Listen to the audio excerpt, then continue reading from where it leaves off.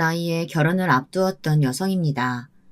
저는 작은 광고 대행사에서 일을 하고 있는데요. 제가 하는 일이 주로 타이핑을 치는 것이라서 일을 할 때 라디오를 듣는데 요즘 사연에 빠지다 유튜브 채널을 자주 듣게 되었습니다. 각양각색의 사연들을 듣다 보면 일의 능률이 올라서 더 빨리 결과를 낼 수도 있게 되더라고요. 매일 청취자의 입장에서 올라오는 사연들만 듣다가 오늘은 최근에 겪은 저의 황당한 사건 하나를 제보하려고 합니다. 그 사건의 주인공은 바로 저의 남자친구였던 사람입니다. 저는 아주 평범한 중상층 집안의 둘째 딸로 태어났습니다. 유년기도 별다른 큰일 없이 보냈고 아버지는 중소기업에 다니는 임원급의 직책을 가지신 분이라 경제적인 어려움 없이 대학까지 나왔습니다. 대학교 때에도 어머니가 아르바이트 하지 말고 공부로 장학금 타는 게 부모 도와주는 거라고 하셔서 공부만 했습니다. 제 또래 친구들은 대학 들어가자마자 보통 아르바이트와 학업을 병행하는 경우가 많았는데요.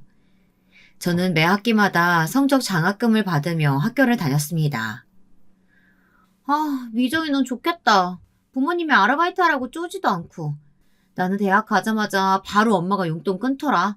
이래서 벌어서 먹고 살라고. 그래, 네 말대로 좋기는 한데 나도 성적 장학금 안 탔으면 엄마가 아마 돈 벌라고 했을 거야. 얘, 모르는 소리 하지 마. 알바를 밤 10시까지 하면서 공부할 시간이 나는 줄 아니? 근데 또 안 하면 당장 먹고 살 길이 없으니까 해야 되는 거야. 우리과 애들 거의 다 그렇게 살아. 그런데 넌 학교도 집에서 다니지. 부모님께 용돈도 받지. 와, 너는 복 받은 줄 알아야 돼. 아니, 나도 자취나 기숙사 생활 아르바이트가 로망이라니까. 너희들처럼 남들과 어울려서 같이 젊어서 사서 고생하고 싶다고. 내 마음도 좀 알아주면 안 되겠니? 네가 뭘 몰라서 이렇게 복에 겨운 소리를 한다. 나도 우리 엄마 밥 먹으면서 집에서 편히 학교 다니고 싶다 얘. 나는 지방에서 올라와서 자취한다고 월세까지 나가는데 한 달 생활비 얼마나 빡세게 벌어야 되는지 알아? 친구들은 부모님 밑에서 사는 제 팔자가 좋다면서 속도 모르고 이런 말들을 했습니다. 하지만 저도 대학 때 알바에 대한 로망도 있었고 성적 장학금을 타려고 공부만 하다 보니 동아리도 못 들고 아르바이트는 꿈도 못 꿨습니다. 그러다 보니 굉장히 재미없고 낭만 없는 대학 생활을 한 것 같습니다. 게다가 강의실과 도서관만 열심히 오고 간 덕분에 남들은 다 한 번씩들 해본다는 연애도 저는 한 번의 기회조차 없었습니다. 저는 그렇게 대학을 졸업하고 취업 준비생이 되었습니다. 그래도 대학교를 다니는 내내 성적 장학금을 한 학기도 놓치지 않았고 높은 학점을 유지하고 있어서 저는 처음엔 자신있게 대기업만 골라서 입사 지원을 했습니다. 그렇지만 역시 대기업의 문턱은 높더라고요. 저는 광고 홍보과를 나왔는데 맨 처음에 냈던 삼성, 롯데 같은 곳에는 1차 서류 전형에서 탈락을 하고 말았습니다. 인생 처음으로 좌절을 맛본 저는 점점 회사의 급을 낮추었고 덩달아 제 자존감도 낮아져만 갔습니다. 엄마, 내가 너무 욕심을 부린 걸까? 대학이 별로라서 서류에서 떨어진 걸까? 완전히 명문대는 아니니까. 아, 너무 자존심 상해. 괜찮아. 너무 급하게 생각하지 말고 천천히 준비해. 그래도 네 남은 인생을 좌우할 회사인데 좋은 곳으로 알아봐야지. 이것저것 다 안 되면 공무원 준비라도 해보든가. 어머님은 은근히 제가 공무원이 되기를 바라셨던 것 같습니다. 부모님 입장에서는 든든한 철통밥에 시간 지나면 저절로 월급도 직급도 오르는 꿈의 직장이었겠죠. 그러나 공시생이라는 게 언제 끝날지 모르는 공부만 하는 지옥인 것을 알고 있는 저로서는 선뜻 공시를 보겠다는 대답은 할 수 없었습니다. 언젠가는 합격하겠지 하는 희망 고문에 묶여서 앞으로 몇 년이 걸릴지 모르는 공시생의 생활은 도저히 엄두를 내지 못하겠더라고요. 아니야, 조금만 더 힘내서 시도해볼게. 공무원 시험도 한 번에 떡하니 붙는 것도 아니고 만약 공무원 됐다고 해도 막상 적성에 안 맞으면 후회할 것 같아. 그래. 하지만 너는 공부 잘하니까 얼마 안 걸릴 거야. 막말로 내년에 붙으면 바로 취직하는 거 아니겠어? 그러니까 한번 생각해봐. 네가 공무원 시험 본다고 하면 집에서 학원이랑 뒷바라지는 더 해줄 테니까. 어머니는 끝까지 제게 공무원 준비를 권하셨습니다. 저는 그러기 전에 어디라도 취직을 해야겠다고 생각했습니다. 그리고 힘들어도 어머니에게 불평은 하지 말아야겠다고 생각했습니다. 되도록 집에서 나와서 대학 도서관이나 동네 도서관에 가서 이력서를 쓰고 자기소개서 작문 연습을 하면서 저는 부모님의 눈에 띄지 않는 나날들을 보냈습니다. 어머니는 집에서 제가 얼굴만 보이면 이제 아예 공무원 준비를 하라고 강요 비슷하게 말씀하시곤 했기 때문이에요. 그러다가 저는 인생 처음으로 남자친구라는 사람을 만나게 되었습니다. 도서관에 매일 가는 것이 불편해서 동네 카페에서 자리를 잡고 공부를 하고 있었는데 그때 저에게 다가와 말을 걸었던 것이 그 남자였습니다. 안녕하세요. 혹시 S기업 취직 준비하고 계신가요? 아, 네, 그런데요. 그게 왜요? 아, 다른 게 아니라 제가 그 S기업 다니고 있는데 혹시 뭐 도움 드릴 게 있을까 해서 말 걸어본 거예요. 저는 절대 이상한 사람 아니고요. 이거 받으세요. 그 남자는 저에게 명함을 하나 내밀었습니다. 저는 반신반의하는 심정으로 남자가 내민 명함을 두 손으로 받았습니다. 그 명함을 보니 과연 S기업의 대리라는 직함이 찍힌 것이었습니다. 저는 이런 일이 있을 수가 있나 싶으면서도 지푸라기라도 잡는 심정으로 남자에게 말했습니다. 와, 그럼 혹시 제가 어떻게 해야 그 기업에 들어갈 수 있을지 아세요? 그럼요. 제가 면접 기술 좀 어드바이스라도 좀 해드릴까요? 자연스럽게 미소를 지으면서 그 남자는 제 옆에 앉았습니다. 저는 면접에 관한 조언을 해주겠다는 그 사람이 너무 고마워서 남자에게 커피를 샀고 그는 고맙다고 하면서 그 커피를 거리낌 없이 받아 마시는 것이었습니다. 그 사람이 이야기한 기술이란 것들은 대학 4학년 때 어느 회사에서 선배가 나와서 이야기한 그런 수준의 내용이긴 했지만 그 친절한 매너와 잘생긴 얼굴, 예쁘고 긴 손가락 등은 모태솔로였던 제 마음을 빼앗기에는 충분했습니다. 제 얼굴에서 경계심이 살짝 풀어지자 그 남자는 점점 더 제 옆으로 바짝 다가왔습니다. 여기서 계속 공부하세요? 그럼 점심시간마다 제가 와서 공부하는 것 좀 봐드릴게요. 전 괜찮은데 점심시간에 직장인이 그렇게 시간 많이 써도 되나요? 아, 전 밖으로 돌아다니는 영업직이라 괜찮아요. 퇴근 시간 전에 회사에 들어가기만 하면 되는 거라서요. 저는 남자친구의 뛰어난 말솜씨와 친절함, 여자를 대우해주는 매너 같은 면에 쉽게 빠져들고 말았습니다. 남자친구는 제가 S기업에 떨어진 후에도 다른 회사의 면접 기술을 알려준다고 하면서 계속 저를 만날 기회를 만들었습니다. 그 태도 역시 너무 자연스러워서 저는 이 남자에게 다른 꿍꿍이가 있는 줄은 꿈에도 몰랐습니다. 저는 취준생의 입장이었지만 부모님에게 공부 안 하는 이유로 한 달에 50만 원 정도씩의 용돈을 받았습니다. 저는 점점 더 그 용돈을 제 남자친구를 만나는 데에 다 써버렸습니다.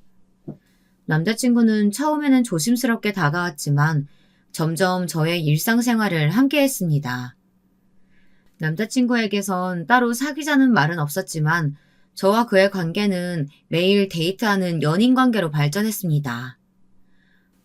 오늘 자리 잡아줘서 고마워요. 이따가 점심 살게요. 같이 점심 먹을래요? 오늘은 내가 살게. 월급 받은 지 얼마 안 됐으니까 우리 맛있는 거 먹으러 가자. 남자친구는 저 대신에 아침 일찍 도서관이 열자마자 자리를 잡아주고 출근을 하기 시작했습니다. 그게 너무나 고마워서 저는 거의 매일 그와 만나서 점심을 샀습니다. 점심을 사지 않는다면 맛있는 커피라도 꼭 대접하고 오후에는 공부는 완전히 제쳐두고 그와 놀이공원을 간다든지 영화관 데이트를 하게 되었습니다. 집에 돌아와서 공부를 제대로 못한 게 곧 후회가 되었지만 다음 날이 되어 그의 얼굴을 마주하면 저는 마치 최면에 걸린 것처럼 다시 그에게 빠져들고 마는 것이었습니다. 그런 달달한 시간들이 계속되자 저는 예전처럼 취업 준비에 성실하지 않게 되었습니다. 처음 해보는 남자와의 연애에 빠져서 제가 해야 하는 공부와 스펙 쌓기에 점점 소홀해지고 면접 날짜를 잡아도 그 사람과 데이트 약속이 있으면 일부러 가지 않는 날도 있었습니다. 그렇게 1년이 넘어가자 어머니는 저의 느긋한 마음과 행동에 의심을 가지게 되었습니다. 얘, 너 요즘에 공부는 제대로 하고 있는 거니? 어떻게 취업 준비 시작한 지 1년이 지났는데 50번이 넘게 취업이 안 되니? 엄마, 요즘 서류고 면접이고 50번 떨어지는 건 별거 아니에요. 제 친구들 중엔 몇 년을 아무 데도 취직 못하는 애들도 많단 말이에요. 저도 노력하고 있으니까 너무 그렇게 압박하지 마세요. 저도 스트레스 받아요. 아니, 스트레스 받는다는 애가 오늘은 그렇게 화장하고 짧은 치마 입고 어딜 간다는 거야? 도서관에 공부하러 가는 차림이 아니잖니, 이건. 저 오늘 저녁 먹고 늦게 들어와요. 기다리지 마시고 먼저 저녁 드세요. 저는 엄마가 더 꼬치꼬치 캐물으시기 전에 얼른 그 자리를 피했습니다. 제가 생각해도 이런 생활을 계속하는 한은 제가 회사에 취업할 수 있을 것 같지는 않았습니다. 하지만 남자친구의 꿈 같은 하루하루가 이제껏 해온 지겨운 취업 준비보다 더욱 행복했습니다. 그래서 그렇게 내일이 없는 생활을 했던 것 같기도 하고요. 그러다가 쉬운 5번째 회사에 떨어진 날, 이래서는 안 되겠구나 정신을 차리고 남자친구에게 말했습니다. 자기야, 내가 요즘 자기와의 연애가 너무 즐거워서 그거에만 신경 쓰느라 정작 취업 준비는 제대로 못한 것 같아. 그래서 내 미래가 진지하게 걱정돼. 어머니 아버지도 나한테 눈치 주시는 것 같고. 그래서 말인데 내가 취직될 때까지만 우리 잠시 만나지 말자. 제가 마음을 단단히 먹고 남자친구와의 얼마간의 이별을 이야기하자 남자친구의 얼굴에 그늘이 졌습니다. 그의 실망하는 얼굴, 아쉬워하는 얼굴을 차마 보고 있기가 힘들더라고요. 내가 처음엔 자기 취업 준비 도와주려고 만났었는데 그동안 놀러 다니기만 했네. 미안해. 내가 생각이 짧았어. 앞으로는 내가 예전처럼 다시 도서관 자리도 맡아주고 면접 연습 코치도 해줄게. 자기랑 하루라도 못 보면 나 너무 서운할 것 같은데. 앞으로는 놀러 다니는 건 안 할 테니까 매일 얼굴은 보자. 응? 남자친구의 애처로운 말투에 저는 또 마음이 약해지는 것이었습니다. 대신 밖으로 놀러 다니는 것은 하지 않기로 하고 도서관에서 저는 공부랑 취업 준비를 착실하게 한 결과 N기업이라는 광고 대행사에 취직을 하게 되었습니다. 그 소식을 들으신 저희 부모님은 저보다도 더 기뻐하셨습니다. 저는 그제야 부모님 앞에서 당당하게 얼굴을 들고 남자친구의 존재를 알릴 수 있게 되었습니다. 그거 봐요. 제가 마음만 먹으면 취직할 수 있다고 했잖아요. 엄마, 그러니까 저 이제 남자친구 소개해드려도 되죠? 남자친구? 아니, 너 이제 27밖에 안 됐는데 무슨 벌써 남자친구를 소개해? 그리고 너 취직 준비만 하는 줄 알았더니 언제 엄마 몰래 남자를 만나서 사귀어 왔던 거야? 엄마, 사실 이 사람이 저 취업하는데 엄청 도움 많이 줬어요. 그리고 엄마도 만나보시면 마음에 드실 거예요. 저 이 사람이랑 결혼하는 것까지도 염두에 두고 만나고 있어요. 잘생겼고 능력도 좋고 S기업 대리예요. 어머, 그 S기업? 그것도 대리라고? 몇 살인데? 키는 몇이고 부모님은 뭐 하시는 분이래? 어머니에게 남자친구의 나이와 스펙을 대충 이야기하니 어머니도 갑자기 저의 연애 상대에 긍정적인 반응을 보이시는 것이었습니다. 게다가 그의 부모님에게까지 급 관심을 보이셨습니다. 저는 속으로 너무 기뻐했어요.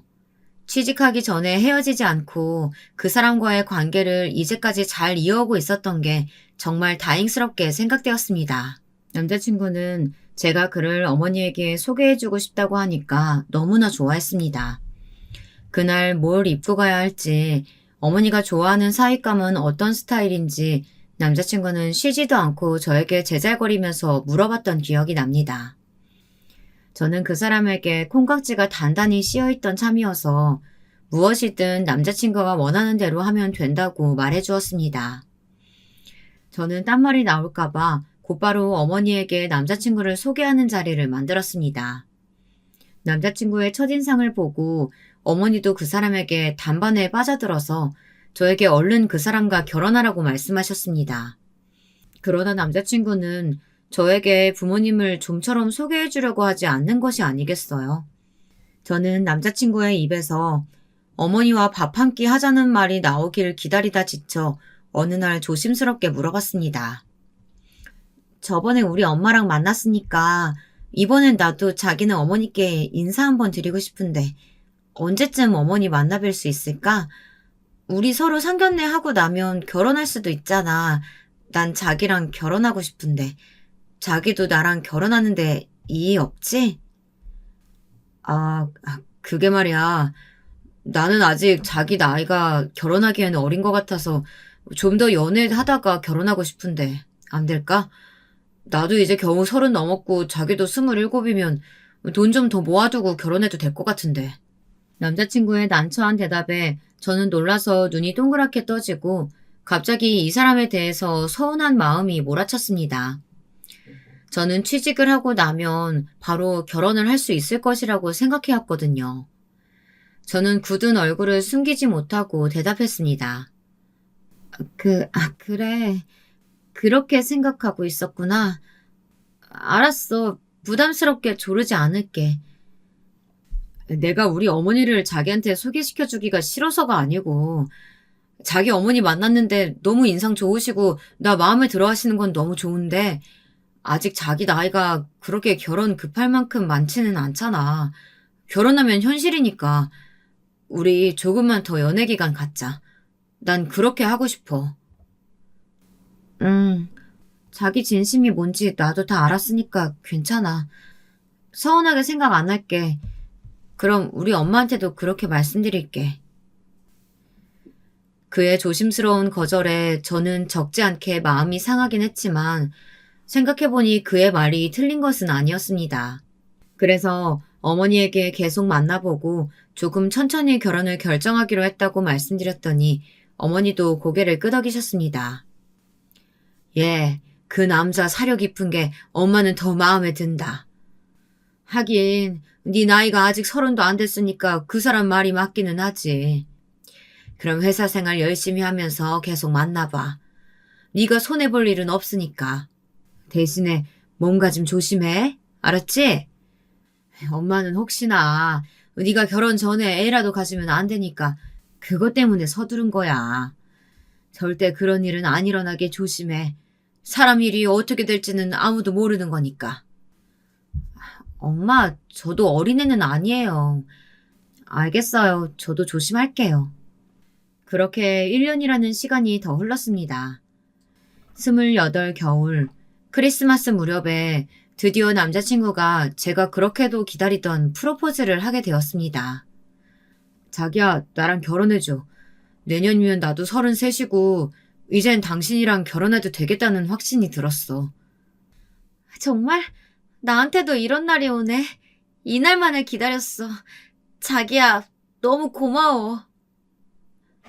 그 사람이 레스토랑에서 밥을 먹다가 진지하게 무릎을 꿇고 저에게 반지를 내밀면서 결혼하자고 말해준 덕분에 저는 조금 부끄러웠지만 기분이 너무 좋아서 하늘을 붕붕 떠오르는 느낌이더라고요.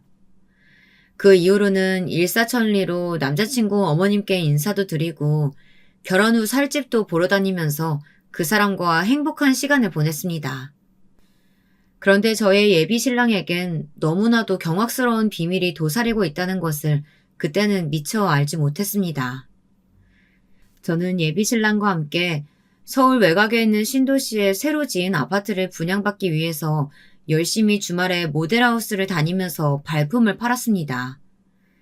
처음부터 집을 사서 신혼생활을 한다고 하니까 친정어머니는 조금 무리하는 것 아니냐고 걱정을 하셨습니다. 하지만 지금이 바로 집을 사야 할 시기라고 남자친구는 고집스럽게 밀어붙이더군요. 그래서 저와 남자친구는 연애 기간에 한 달씩 번갈아 가면서 적금을 부어 청약 통장 하나를 만들었고, 그것을 일단 남자친구 명의로 해놓았습니다. 그 통장으로 서울 외곽에 있는 신도시 중에서 남자친구 회사에서 가장 가까운 하남 지역의 주공아파트로 청약을 넣었습니다. 그렇게 하나씩 결혼 준비를 해나가고 있는 와중에 어느 날 예비 시어머니가 저에게 전화를 걸어오셨습니다. 그래, 나 시어머니인데 너 결혼할 때 예단은 얼마쯤 가져올 거니? 너희 시아버지 쪽으로 고모들이 많으셔서 거기에 작은 선물이라도 하나씩 해야 되는데 예단비가 한 1,000만 원은 필요할 것 같구나. 네? 저는 처음부터 예단비 이야기는 없으셔서 따로 빼놓은 건 없는데요. 어떡하죠? 저희가 아파트 청약 당첨되면 중도금 갚아야 해서 그이랑 둘이 예단 없는 걸로 하고 그 돈은 집값 넣는데 보태자고 했었는데요. 제가 곤란한 듯이 그 말을 하자 시어머니가 당장이라도 달려오실 듯이 화를 내시는 게 아니겠어요? 무슨 말을 그렇게 하니? 아니, 시어머니 될 나랑 을눈도 없이 너희 둘이서만 돈을 멋대로 쓰기로 한 게 말이 되니? 집값이야 나중에 너희 둘이 맞벌이해서 갚으면 되지. 그게 얼마나 걸린다고? 한 번뿐인 결혼식에 예단비를 쏙 빼고 난리야. 난 허락 못하니까 당장 예단비로 1,000만 원 입금해. 시어머니는 그 말만 남기고 전화를 뚝 끊어버리셨습니다. 저는 어이가 없어서 멍하게 굳어있다가 화가 나서 핸드폰을 침대에 던지고 말았습니다. 아니, 그렇게 큰 돈을 친척분들 선물값으로 가져가시겠다는 것이 저는 이해가 되지 않았습니다. 결혼 생활 동안 남편의 친척들을 볼 일이 얼마나 있겠습니까? 어머니 체면 세워주자고 도저히 그렇게 큰 돈을 내놓기는 좀 아까운 생각이 들었습니다. 그래서 저는 그날 저녁 친정어머니에게 조심스럽게 예단비에 대한 이야기를 꺼내놓았습니다. 엄마, 사실 아까 낮에 어머니가 친척들 선물 돌려야 한다면서 예단비로 1,000만 원을 요구하셨어. 근데 정말 그 돈이 꼭 필요할까? 꼭 그 돈 다 들여야 이 결혼할 수 있는 걸까요? 1,000만 원은 조금 과할지 몰라도 예단비는 꼭 필요할 것 같아. 나중에 결혼하고 나서도 그거 명절에 가족들 모일 때마다 꼭 한 번씩 입에 오르내릴 거고 한 푼도 안 들이면 시어머니한테 미움받을 것 같은데 어쩌니? 엄마가 500만 원 정도는 도와줄 수 있는데 그냥 시댁 미움 받지 말고 해드리는 게 나을 것 같은데. 저의 예상과는 다르게 친정어머니는 제 편을 들어주시지 않으셨습니다. 하지만 저는 아직도 모르겠습니다. 요즘 같은 힘든 시대에 집을 사려고 혼자 힘으로 그렇게 아등바등하는 며느리에게 칭찬은 못 해줄 망정 예단비가 필요하다고 하시는 게 당연한 일일까요? 여러분들은 어떻게 생각하시나요? 제가 정말 아무것도 모르고 있는 건가요? 어쨌든 이미 중도금의 날짜가 다가오고 있어서 시어머니가 달라고 하신 예단비 중 500만 원은 친정어머니께 빌리고 나머지 500만 원은 은행에서 빌릴 생각이었습니다. 그래서 저는 쉬는 날 남자친구와 함께 은행을 찾아갔습니다. 남자친구는 저에게 시어머니가 그런 말씀을 하셨다는 것을 듣고 과하게 미안해 하더라고요. 자기야, 미안해. 내가 어머니께 미리 집 산다고 말을 하지 못했어. 나중에 말씀드리고 우리 엄마 놀라게 해드리려고 했는데 괜히 불똥이 자기한테 튀었네. 정말 미안해. 내가 결혼하고 나면 매년 보너스로 100만 원씩 갚을게. 아니야, 괜찮아. 그런데 이 500만 원 내가 빌려야 되나? 안 그래도 집 중도금 때문에 각자 돈 빌려서 나 대출한 데도 있을지 없을지 모르는데. 나도 그래. 자기야, 그럼 우리 집 사는 거 미룰까? 난 그래도 상관없는데. 이번에 주공아파트 청약 당첨된 게 아까워서 그렇지. 그래, 알았어. 자기가 1억 넘게 내기로 했으니까 이번에 내가 어떻게든 구해볼게. 여기서 대출 받을 수 있었으면 좋겠다. 남자친구는 말끝을 흐리며 아쉬운 얼굴로 제게 무언의 압박을 주었습니다. 생각해보니 앞으로 집값이 오르면 오르지 더 내릴 것 같지는 않더라고요. 저는 한숨을 푹 내쉬었습니다. 어쩔 수 없죠. 제가 돈을 더 빌리는 수밖에요. 저는 남자친구의 손을 잡고 번호표를 뽑아 대기석에서 제 차례가 오기를 손꼽아 기다리고 있었습니다. 그런데 은행 창구에 있던 여자 직원이 자꾸 제 남자친구의 얼굴을 힐끔힐끔 쳐다보는 게 아니겠습니까? 그 여자는 처음에는 제 눈치를 보면서 저 몰래 남자친구를 힐끔힐끔 보았습니다. 그러다 이제는 안절부절 못하면서 핸드폰으로 어딘가에 문자를 보내고 뭔가를 포스트잇에 써서 꼭 쥐고 있는 것이었습니다. 마침 그 여직원 앞에서 벨이 울리길래 저는 남자친구를 데리고 그 여직원의 자리로 갔습니다. 이 은행이 주거래 은행인데요. 혹시 저 대출 500만 원만 받을 수 있을까요? 잠시만 기다려주세요, 고객님. 실례지만 혹시 저 남자분과 어떤 사이세요? 여직원의 눈은 컴퓨터 모니터만 쳐다보고 있었지만 저에게만 들리도록 작은 목소리로 한 마지막 말에 저는 깜짝 놀랐습니다. 곧 결혼할 사이인데 그건 왜 물어보시는 거죠? 다름이 아니고 제가 저 남자를 아는 것 같아서요. 혹시 아니면 다행인데요. 자세한 건 이 쪽지에 쓰여 있으니까 무슨 일 있어도 저 남자랑 절대로 결혼하지 마세요. 고객님 큰일 나요. 그 여직원은 제 남자친구 몰래 저에게 노란 포스트잇을 주었습니다. 저 역시 남자친구가 저를 안 보는 틈을 타서 그 쪽지를 구겨 주머니에 넣었습니다. 남자친구는 자기가 대출을 받지 않아도 된다고 하니까 안심했는지 창구를 떠나 대기석에 앉아서 핸드폰만 들여다보고 있었습니다. 불길한 예감이 들었지만 저는 최대한 얼굴에서 불안감을 지우고 작은 소리로 그 여직원에게 물어봤습니다. 그런데요, 왜 저한테 이런 이야기를 해주시는 건데요? 저 남자요. 그쪽한테 혹시 S기업 다닌다고 하지 않았나요? 네. 그런데 그쪽이 그걸 어떻게 아시죠? 저 사람 몇 년 전에 제 친구한테도 그랬거든요. 제가 명함 한 장 드릴 테니까 자세한 거 더 알고 싶으시면 문자 주세요. 저 남자 몰래요. 저는 어두운 얼굴로 고개를 끄덕였습니다. 그리고 쓰다만 대출 신청서를 그 여직원에게 버려달라고 한 다음 남자친구가 있는 곳으로 돌아왔습니다. 열심히 폰을 들여다보던 그 남자는 고개도 안 들고 제게 물었습니다. 자기 왔어? 대출 가능하대? 안 된다네. 한도가 다 찼다는데? 내가 다른 방법 알아볼게. 자기는 걱정하지 말고 집에 가. 나는 만날 사람 있어서 오늘은 여기서 헤어지자. 아, 아쉽다.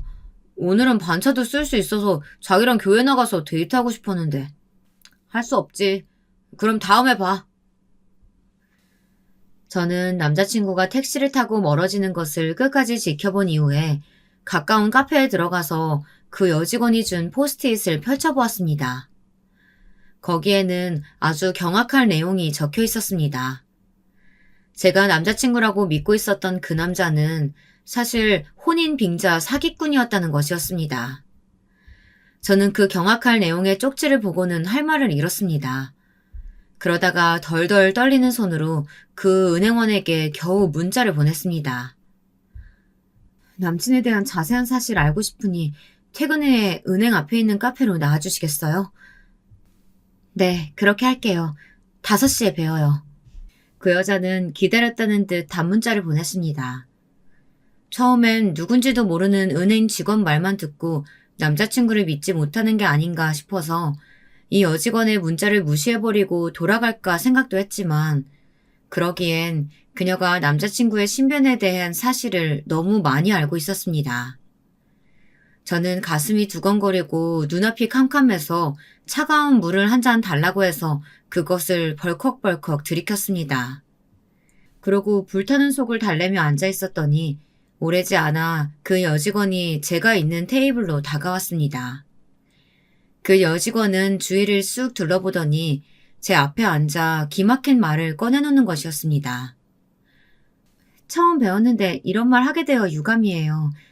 하지만 제 가장 친한 친구가 그 못된 인간한테 몇 년 전에 큰돈을 사기당하고 잠수 이별을 당했거든요.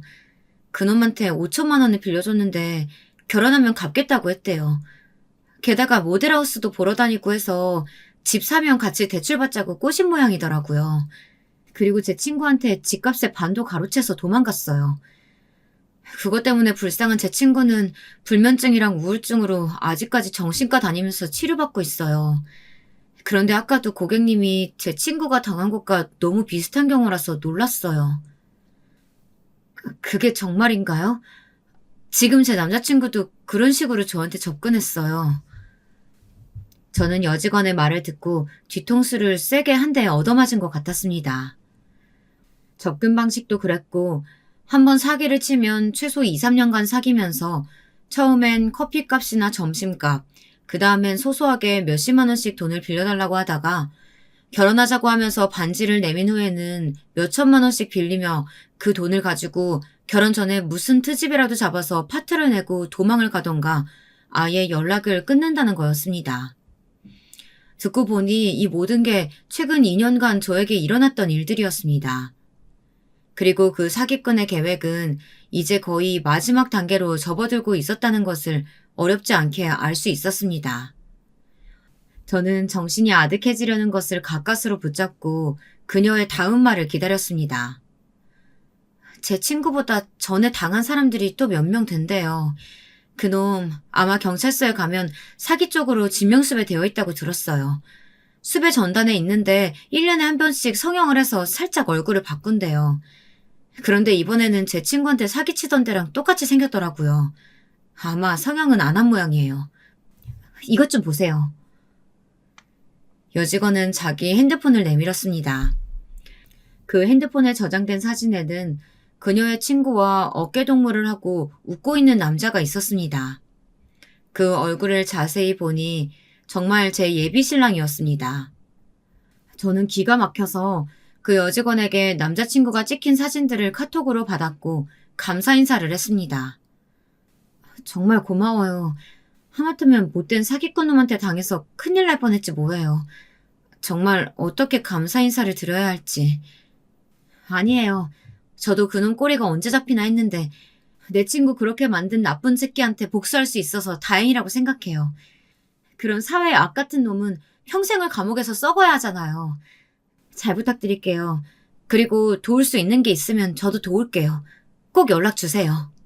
그 길로 바로 저는 흥신소에 가서 뻔뻔하게 제 신랑 행세를 하려고 한 그 사기꾼 놈에 대한 뒷조사를 했습니다. 그렇지만 확실한 물증을 잡기 전까지 그 사기꾼 놈과 아무렇지 않게 만나고 결혼식 준비를 진행시키는 척 했습니다. 아무래도 결혼식까지는 몇 달의 시간이 남아있으니 그 안에 그놈의 실체를 밝혀서 깜빵에 쳐넣어버리고 그동안 집값 명목으로 저에게 가져간 돈들은 당연히 돌려받을 수 있을 거라고 생각했습니다. 그런데 바로 다음 날 그 사기꾼의 어머니가 저에게 또 전화를 했습니다. 저는 너무 분통이 터져서 안 받고 차단해버릴까 하는데 그의 어머니도 한패 같다는 생각에 받아서 무슨 소리를 하나 보자고 마음을 고쳐먹었습니다. 저는 받기 전에 녹음 버튼을 눌러 통화 내용을 모두 녹음되도록 하고 침착한 목소리로 시어머니의 전화를 받았습니다. 여보세요? 어머니 무슨 일이세요? 난데 너 아직 돈 1,000만 원 입금 안 했더라? 어떻게 된 일이니? 그거요. 제가 어제 그이랑 은행에 갔는데 대출 한도가 막혀서요. 제 친정어머니가 대신 대출 받아서 주신다고 했으니까 며칠만 더 기다려주세요. 내가 그렇게 기다릴 시간이 많지가 않아. 아무래도 예단 선물 단체로 맞추려면 시간 많이 걸리니까 얼른 돈 좀 보내라. 알았니? 네, 어머니 걱정 마세요. 며칠 내로 보낼게요. 그 사기꾼의 어머니 전화를 끊고 나서 저는 코웃음을 쳤습니다. 어디 당해보라지. 당신들 모자가 갈 곳은 결국 유치장이니까. 남의 눈에 눈물 나게 해놓고 그렇게 갈취한 돈으로 잘 먹고 잘 살려는 그 두 사람의 도둑놈 심보가 너무 역겹고 생각할수록 어처구니가 없어 참을 수가 없었습니다. 그때 제 어머니가 방으로 들어오셔서 저에게 물었습니다. 얘, 아까 그 전화 누구야? 너희 시어머니지? 오늘 은행 가본다더니 아직 돈 못 구했어? 엄마가 1,000만 원 다 해줘야 할까? 아니에요, 엄마. 그럴 필요 없어. 절대 그 집안에 돈 한 푼도 안 줄 거니까. 엄마는 이제 아무것도 모른 척해요. 내가 다 해결해 보일 테니까요. 아니, 뭘 어떻게 한다는 거야? 너 어제 은행 갔다 와서도 돈 못 구했다며? 대출 안 된다는 거 아니야? 너 설마 이 결혼 엎으려고? 안 돼. 엄마는 그 꼴 못 본다. 이제 청첩장 돌릴 일만 남았는데 어쩌려고 그래? 결국 저는 어머니에게 사실대로 털어놓기로 했습니다. 되도록 부모님께는 비밀로 하고 저 혼자 일을 다 처리하려고 했는데 도저히 믿지를 못하시니 어쩔 수가 없었습니다. 그게 아니야, 엄마. 내가 하마터면 그 사기꾼 새끼한테 물려서 인생 종칠 뻔했다고. 내 남자친구라던 그놈 사기 전과에 있는 수배범이래. 뭐라고? 그게 사실이야? 아니, 그러면 얼른 경찰서에 신고를 해야지. 네가 뭘 어떻게 해결한다는 거야? 안 되겠다. 나라도 신고를 하든가 해야지. 흥분해서 전화기를 드시는 엄마를 겨우 진정시키고 저는 이미 흥신소에 의뢰해서 그 인간에 대한 사기 정황 증거를 모아두고 있다는 것, 그리고 일주일 내로 그 사기꾼 모자를 경찰서에 잡아놓을 수 있다는 사실을 말씀드렸습니다. 그제야 저의 엄마는 가슴을 쓸어내리며 안도의 한숨을 쉬셨습니다. 아까는 엄마가 얼마나 놀랐는지 아니? 살다 보니 별일 다 있다지만 우리 딸이 그런 사기꾼 놈의 마수에 걸려들었다니. 모르고 그대로 당했으면 어쩔 뻔했어. 제보해줬다는 그 사람이 누군지 내가 감사 인사라도 전해야겠다. 정말 그놈이랑 결혼식 하기 전에 알게 돼서 다행이다, 얘. 엄마, 걱정하지 마세요. 그쪽한테도 그놈이 친구의 원수나 마찬가지라서 힘 닿는 데까지 도와준다고 했어요. 그러니까 엄마도 혹시 그놈한테 전화 받아도 평소대로 행동하세요. 괜히 추궁이라도 했다가 눈치채고 멀리 도망가면 더 잡기 힘들어져요. 그래, 알았어. 얼른 해결돼야 우리 돈도 찾을 수 있지. 세상에, 아무것도 모르고 그런 놈 명의로 청약 통장까지 해주고 정말 우리 집에 큰일 날 뻔했다. 미정아, 행여니 아버지에게는 이 일 절대 말하지 마라. 나중에 알게 되시더라도 지금은 비밀로 하는 게 좋겠다. 저는 비장하게 고개를 끄덕였습니다. 그리고 서둘러 이 일을 마무리 지어야겠다고 생각했습니다. 어머니뿐만 아니라 아버지까지 아시게 되면 이 일이 몇 배로 복잡해질 것이기 때문이었습니다. 게다가 저희 아버지도 다혈질이셔서 그 사기꾼 놈에게 개인적으로 복수하신다고 혹시 손찌검이라도 하시면 더 일이 복잡하게 꼬일 것 같았습니다. 저는 이번 주 내로 흥신소 사장과 만나 그동안 모은 증거들을 다 건네받기로 했습니다. 그리고 그놈을 혼인 빙자 사기로 고소하면 예전에 사기당했다던 은행 여직원과 그 친구에게도 증인으로 출석을 부탁했습니다. 그런데 바로 다음 날 그 뻔뻔한 사기꾼 놈이 저에게 만나자고 문자를 보내왔습니다. 은행에 다녀온 후 며칠 동안 제가 매일 밤 루틴처럼 하던 전화통화도 하지 않고 그 사람이 연락을 해와도 무언가 얼버무리듯 빨리 끊고 싶어 했던 것이 티가 났었나 봅니다. 회사가 끝난 후 저는 너무 싫었지만 긴장으로 가슴이 두근거리며 그놈을 만나게 되었습니다. 자기야, 웬일이야? 내가 요즘 회사 일이 바빠서 자기한테 좀 소홀했지? 미안해. 그러게, 난 자기가 나한테 애정이 식은 거 아닌가 걱정돼서 그래서 만나자고 한 거야. 요즘 결혼 준비 때문에 스트레스 많이 받는 건 알겠지만 나한테도 시간 좀 내줘. 우리 아직 연인 사이잖아. 2달 후면 결혼할 텐데 그 전에라도 데이트 많이 해둬야지. 그래, 오늘은 우리 오랜만에 데이트하자. 벌써 몇 주째 바빠서 우리만의 시간도 못 가졌잖아. 한강이라도 갈까? 한강 말고 우리 집으로 가자. 자기랑 맛있는 거 시켜 먹고 같이 TV나 보고 싶어. 그리고 오늘은 자고 가. 아니 자기네 집에서 자고 가는 것까진 좀. 오늘 엄마가 뭐 하실 말 있다고 일찍 들어오라고 하셨거든. 미안해. 나 이만 집에 가볼게. 제가 허둥지둥 자리에서 일어나려고 하자 남자친구는 갑자기 제 손목을 콱 붙잡았습니다. 그 서늘한 기운에 저는 움찔 놀라 뿌리치지도 못했습니다. 너 그거 거짓말이지? 무슨 꿍꿍이 속이 있어서 나를 따돌리려고 하는 게 분명하거든. 도대체 나한테 숨기는 게 뭐야? 혹시 나 모르게 딴 놈이랑 바람이라도 피우는 거니? 아니야, 바람이라니. 무슨 말도 안 되는 소리야. 나한테는 자기밖에 없는 거 알잖아. 무슨 그런 끔찍한 농담을 해. 나 엄마한테 전화 왔어. 오늘은 일찍 가야겠어. 미안한데 데이트는 다음에 하자. 저는 있는 힘껏 남자친구의 손을 뿌리치고 그 자리를 도망치듯 나왔습니다. 그 남자가 더 수상한 기운을 감지하기 전에 얼른 깜빵에 쳐넣어야겠다고 생각했습니다. 저는 집에 가는 길에 그 은행 여직원의 친구인 피해 당사자에게 전화를 했습니다. 그 은행원이 미리 전후 사정을 이야기해둔 터라 그 여자도 제 전화를 받고 반가워하면서 같이 그놈을 고소해버리자고 하였습니다. 자기도 개인적으로 손해배상 청구를 해야겠다고 하면서요. 그리고 세상에 우연이란 없다는 것을 다시 한번 실감했다고 하더군요. 하필이면 제가 그날 그녀와 가장 친한 친구의 직장에 고객으로 갔고 친구가 그의 얼굴을 한 번에 알아본 것도 참 신기하다고 하면서 말이에요. 은행 여직원의 친구에게서 저는 몇 가지 증거가 될 만한 서류들을 메일로 받았고 그 서류를 뽑아가지고 흥신소에 갔습니다. 흥신소 직원은 제게 그 사기꾼놈의 최근 행적을 담은 몇십 장의 사진을 내주더군요. 그놈 아주 부지런한 놈이에요. 고객님 말고 또 다른 여자 물어서 작업치고 있나 보던데요. 고객님한테 더 이상 돈 나올 구석이 없다고 판단했는지 아무튼 요즘 다른 여자하고 가볍게 썸 타고 있어요. 점심시간마다 아주 강남 금융시장에 어느 증권사를 뻔질나게 드나들고 있더군요. 아마 거기가 새 여자의 직장인 것 같습니다. 끝까지 증거 많이 좀 모아주세요. 수고비는 일 끝나고 입금해 드릴게요. 저는 사진들을 들고 집으로 돌아와 그 증거를 모두 다른 봉투에 모아놓았습니다. 그동안 모인 사진들이 거의 100장이 되어가는 것 같아서 저는 더 기다릴 필요도 없을 것 같았습니다.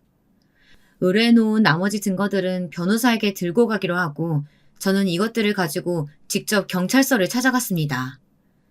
이미 밤 9시가 다 된 시간이었지만 파출소 말고 조금 큰 관내 경찰서를 찾아가서 형사에게 직접 그 남자의 사진을 보여주었습니다.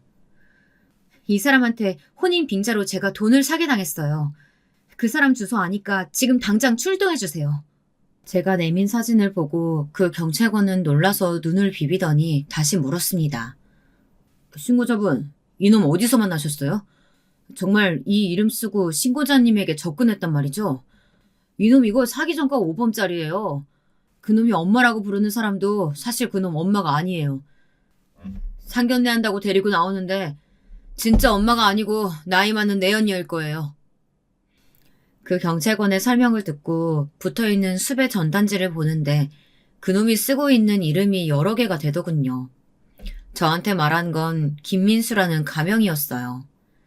전단지엔 사진도 여러 장 들어있었는데 성형하기 전에 얼굴을 보니 코도 낮고 펑퍼짐한 데다가 눈은 쭉 째져 올라가 있는 완전 성형발인 사람이더라고요.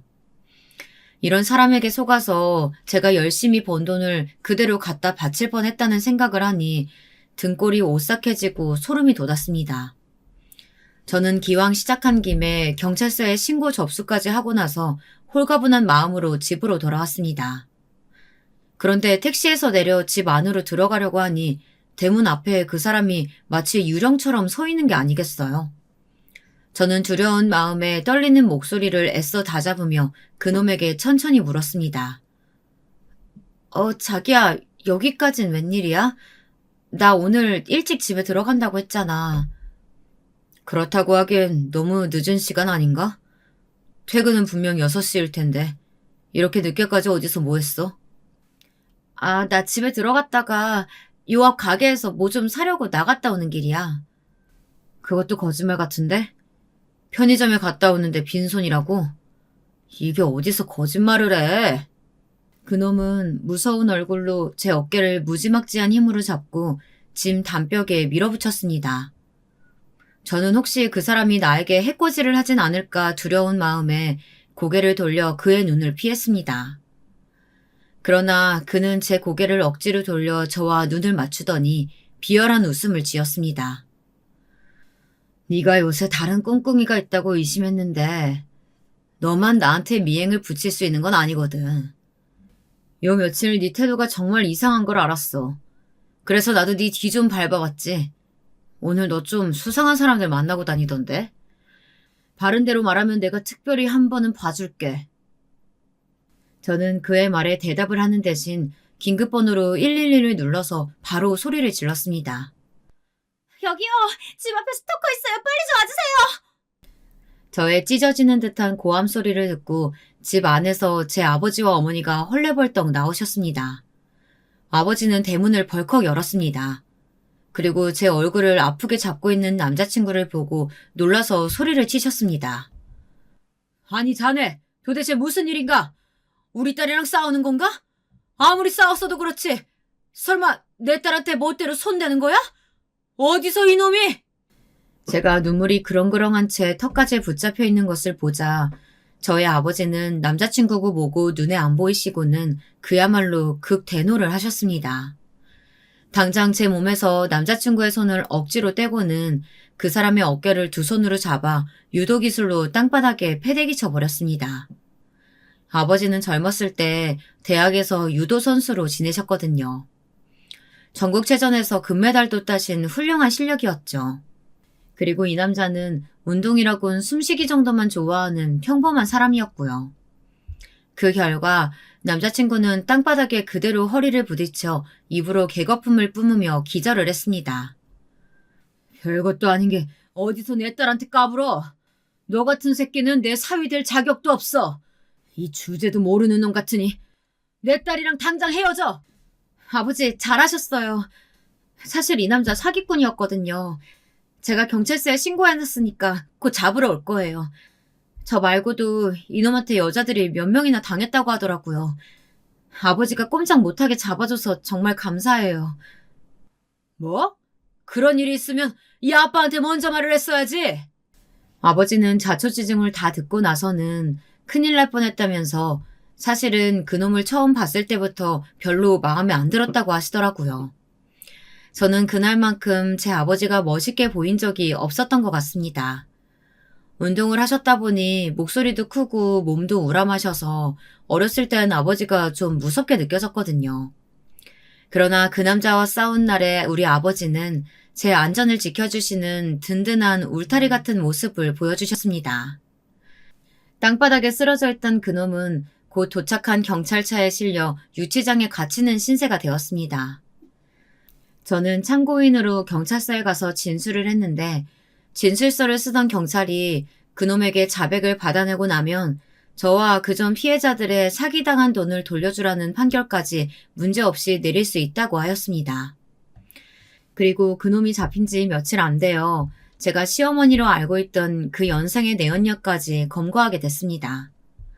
어쩐지 제가 처음 인사드리던 날부터 시어머니라고 하기에는 지나치게 젊고 둘이 뭔지 모를 눈짓을 주고받는 게 좀 수상해 보이긴 했었습니다. 그 사기꾼 놈 참 어이가 없죠. 경찰들이 며칠간 취조를 하니까 그 여자에 대한 의리도 없었는지 제 입으로 공범에 대해 술술 불어버렸답니다. 제가 가르쳐준 그놈의 주소에 경찰들이 들이닥치자 그 공범 역시 너무 쉽게 잡혔다고 하더라고요. 그 두 년놈들은 각종 증거가 차고 넘쳐서 이제 법이 심판만 기다리게 되었습니다. 그리고 저는 그들에게 손해배상 청구 소송을 걸어 제가 사기당한 피해 금액을 전부 받아내려고 합니다. 너무 다행인 건 이제 그 사기꾼 놈이 깜빵에 잡혀 들어갔으니 다음 피해자는 없을 거라는 것이겠죠. 이 일을 겪고 나서 오히려 좋아진 게 하나 있다면 그 은행 여직원과 베스트 프렌드를 제 친구로 만들었다는 것이었습니다. 같은 피해를 당했고 그놈을 형사고발하면서 동시에 손해배상까지 재판을 진행하는 동안 저희는 자연스럽게 많은 만남을 가졌습니다. 변호사와 만남을 마치고 나면 셋이서 같이 식사하고 술도 마시면서 서로 그놈의 욕을 지겹게 해댔거든요. 그러다 보니 우리 사이에 묘한 동질감 같은 기류가 생기더라고요.